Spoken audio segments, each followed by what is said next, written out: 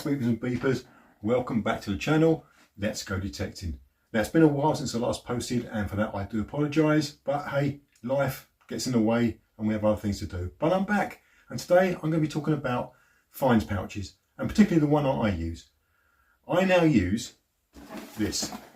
This is the general service rucksack or respirator holder that is used by the British military. I bought this online. It cost me £15 plus postage and packaging, and it is a fantastic bit of kit. Prior to this, I did use the Searcher Pro pouch, and that's a great pouch. There's nothing wrong with that whatsoever, but I found it was just getting too small for what I wanted to carry. That's my personal preference. So this thing, I'd used this in my time in the military, and I knew it was a good bit of kit.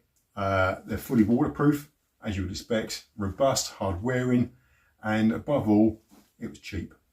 So let's think about this bit of kit. So how do I carry it? On the back, you can either have a webbing belt fitted through the molly fastenings. You have a leg strap, which I've got folded up here in the way. I don't use it. I'm not running while I'm doing detecting. Okay, so it doesn't matter if it bounces around and moves slightly. Yeah, it's not going to bother me. So that's strapped out of the way. You then have the fastening strap. Now you can wear this around your waist or over your shoulder. I personally have it around my waist. I can draw it in tight and it just stays in a nice position. So on the side, it comes with two of these side pouches. I've only got one fitted. So in this pouch, I have my delicate finds box. So any rare items or items that I'm really pleased to find and I don't want damaged or rattling around, I keep in this pouch. Out of the way. Inside, I have my detecting gloves, which generally when I'm actually detecting, I'm wearing them, so they're not in there, but it's a good place to store them. If I'm beach detecting, I have my beach trowel. And the idea of this is if I get a signal and I've pinpointed it, it's easier to scoop a bit of sand, put the pinpointer on, shift out until you find the item that you've actually detected, especially if it's a small bit of jewellery, hopefully. Usually it's alloy tat. I then have the tat box. Talking of tat, as you can see, a little bit of stuff in there from a previous hunt this weekend. I then have a squirty bottle of water, MD over there. Shout out to Metal Detecting Lincolnshire. And I have the coin magnifier. This is one I use. It's got a little light on the back for low lights, and it's quite useful. Then I have the larger box, and this is for any nice finds, but I don't want to store it in the small box. I then have a cloth and two toothbrushes, and they have little pockets they slide in out of the way inside the bag, and that folds in nicely just inside there. Now the beauty of this bag as well is the fact it's got a zip part at the front, so if you want to carry your butties from this day, you know, from when you start detecting until lunchtime, unzip that, expands out and makes it absolutely massive.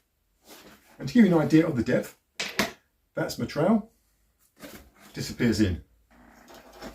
I have my pinpointer, that can also disappear in, quite easily disappear in.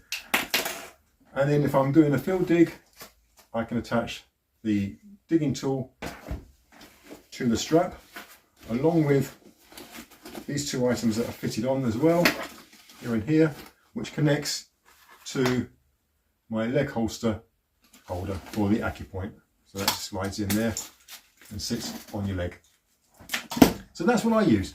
The only modification I've made were to add these bits of Velcro cards on there to stop the, as you can see, they are quite tough, which hit against the Velcro sides here and just stops it tacking every single time they put the flap down.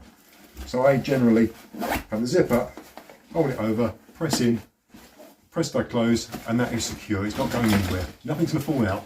And that's the beauty of a lid. When you get your finds, especially if it's been sandy or muddy, you can put your finds in your bag, close the lid, in your car, and it's not going to spill all over your boot if you've got any loose debris. And talking of which, when I get home, I literally empty the bag out, turn it upside down, give it a good shake, all the sand, mud falls out because there hasn't got any drainage holes at the side. And I'm not worried about that because it's waterproof. So as long as I've got a flap down, I could be in torrential rain, nothing inside is getting wet, which is handy.